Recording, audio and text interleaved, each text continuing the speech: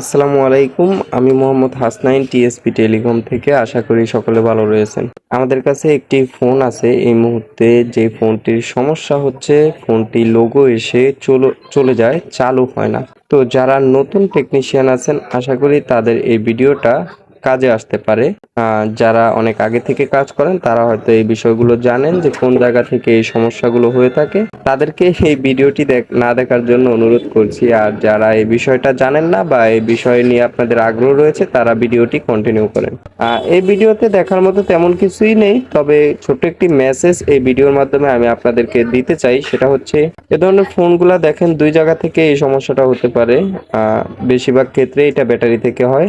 এছাড়াও পাওয়ার বাটনের যেই পজিটিভ লাইনটা আছে এটা যদি শর্ট থাকে তাহলেও এই ধরনের সমস্যা হতে পারে। তো আমরা সবকিছু চেক করলাম যে আসলে সমস্যাটা কোথায়। তো আমরা শিওর হলাম এটার ব্যাটারিতে যে একটা পিটিসি রেজিস্টর ব্যবহার করা হয়, ওই রেজিস্টরটা যখন খারাপ হয়ে যায় তখন এই ধরনের সমস্যাটা হয়ে থাকে।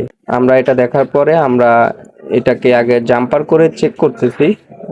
এটা জাম্পার করে চেক করার পরে যদি মনে হয় যে লাইন ঠিক আছে তাহলে আমরা এখানে অন্য একটি রেজিস্টর লাগিয়ে দেব। তো এটা জাম্পার করা শেষ হয়ে গেছে। এখন আমরা চেক করব ফোনটা কি সফলভাবে চালু হয় কিনা।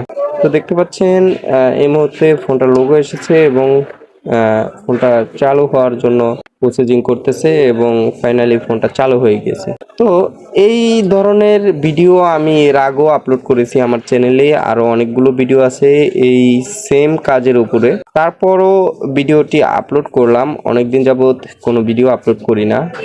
আর তাছাড়াও যাতে নতুন যারা আছেন তাদেরকে যেন বুঝতে সহযোগিতা হয় যে আসলে এই সমস্যাটা কত বেশি হয়ে থাকে এই জায়গা থেকে। দেখতে পাচ্ছেন আমরা ফোনটিকে ফুল ফিটিং করে ফেলেছি। তো এই মুহূর্তে দেখতে পাচ্ছেন ফোনটি কিন্তু পুরোপুরি চলতেছে, কোনো রকম অফ হচ্ছে না।